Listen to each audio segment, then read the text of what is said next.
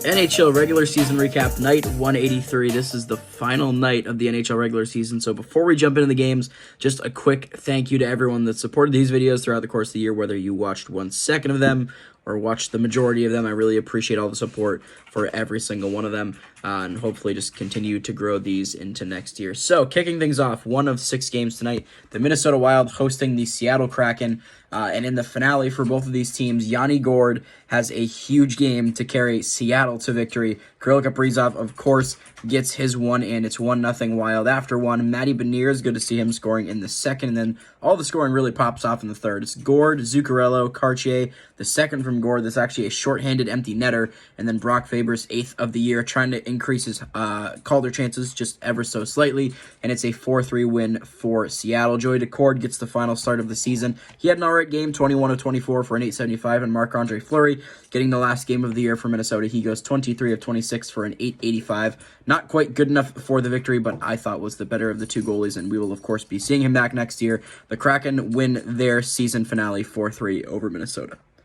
The Canucks taking on the Winnipeg Jets, two teams that are playoff bound, but will probably not see each other at the earliest until the conference finals. A pretty back-and-forth game here. Connor Garland and Gabe Vilardi trading goals in the first. Perfetti and Lindholm trading goals in the second. And we don't really see an extended lead until the 17:55-minute mark of the third period. Chibrikov scoring his first to make it a 3-2 game 5 minutes into the third. And then Perfetti scores on the empty net at just over 2 minutes to go to make it a 4-2 victory for Winnipeg. Surprisingly, Thatcher Demko got the start tonight. I really expected it to be Casey DeSmith. He had an okay game, 22 of 25 for an .880. Bressois, not very busy, 18 of 20 for a .900. It's a nice little win for the Jets. They head into the playoffs on an 8-game winning streak, and of course, we'll see what they're capable of doing in the playoffs. The Flames hosting the San Jose Sharks, a Pacific Division battle that once again meant absolutely nothing. A good little win here for the Flames. They only give up 17 shots from San Jose. They only get 23, but not the end of the world. They take care of business. Klapka and Coleman in the first. Shillington, Rooney, and Uyghur in the second. Fabian Zetterlund ruins Dustin Wolf's shutout bid here in the third. But again, a 5-1 win. Wolf 16 of 17 for a .941. Devin Cooley, not a great night. 18 of 23 for a .783, and it caps off a brutal Sharks season. We'll see whether or not they're able to lock up Macklin Celebrini in the draft lottery. And for Calgary, they're one of those teams that's kind of in the middle ground. They didn't finish way outside the playoffs, but they're not a lottery team either. So we'll see what happens for these two in the offseason. It should be busy probably for both of them. In this one, though, both their season finales, Calgary takes it home 5-1. The Avalanche hosting the Edmonton Oilers, the biggest game that didn't have any playoff implications, in my opinion, and the Avs took it to town in the first period. Nichushkin scoring twice, Rantanen scoring once, and Manson scoring once before the 11-minute mark of the period to make it 4-0 very early. Excuse my dog in the background. Dylan Holloway would score one before the end of the first to make it 4-1, and then Parise adds his 5th of the year in the second to make it a 5-1 final. Justus Sandin goes 25 of 26, a great performance from him. I doubt we see him in Game 1 of the playoffs. Of course, Georgiev's going to be the guy, but I don't know how long a leash he's going to have. Stuart Skinner was not great in this one. Gives up all 4 of those first period goals, 9 of 13 for a .692. Probably would have been better off just resting him in this game, but it is what it is. It's a 5-1 final for Colorado. Nathan MacKinnon doesn't get on the goal sheet, but does add 2 assists to his Hart Trophy candidate season. So we'll see what happens there. 5-1 for the Avs as they head into the playoffs on probably Sunday.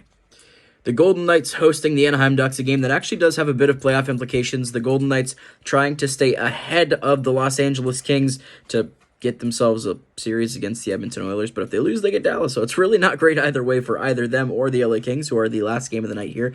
And the Ducks actually get it done here, so Vegas ends up taking on Dallas in the first round. Frank Vatrano opens the scoring in the second period, his 35th of the year on the power play. Eichel trades goals with him at the end of the period to make it 1-1 after 2, but in the third, it's kind of all Ducks, at least early on. Jackson Lacombe and Frank Vatrano both scoring in the first minute 20 of the period to make it 3-1 Anaheim, and Frank Vatrano would complete the hat-trick effort with the empty netter. It's a 4-1 win for the Ducks in this one.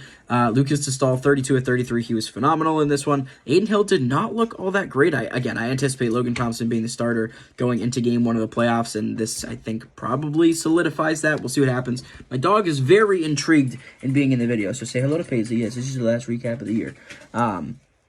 Yeah, great game from Dostal. Tough one from Aiden Hill. It's a 4-1 victory for Anaheim, and as a result, Vegas will be taking on Dallas in round 1. In the final game of the night and the regular season here, the LA Kings taking on the Chicago Blackhawks again. Because of the results in the Vegas Golden Knights game, all the Kings needed to do here to lock up the third Pacific Division seed was secure 1 point, and they are able to do so, but it looked shaky for a minute here. So Lucas Reichel scores the first goal in the first period, makes it 1-0. That's the only goal in the first and the second. The Kings completely take over. Victor Arvidsson, Quentin Byfield, and Trevor Moore all scoring their 5th, 20th, and 31st of the year for Trevor Moore. Good for him. Did not know he had that many goals.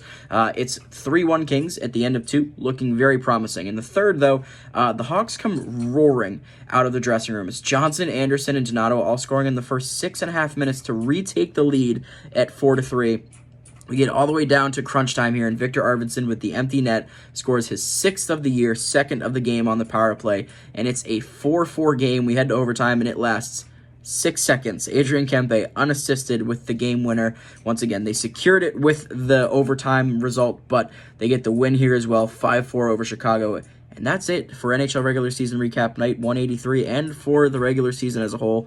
Thanks once again for watching. I appreciate all the support, and we will see you guys in a couple days for the playoffs. I'm going to have the power rankings, the last one of the year, out probably Friday, sometime in the afternoon. My playoff predictions will be out sometime Saturday before all the games start, and then Saturday it all kicks off, so it should be pretty good. We'll talk to you guys in a couple hours.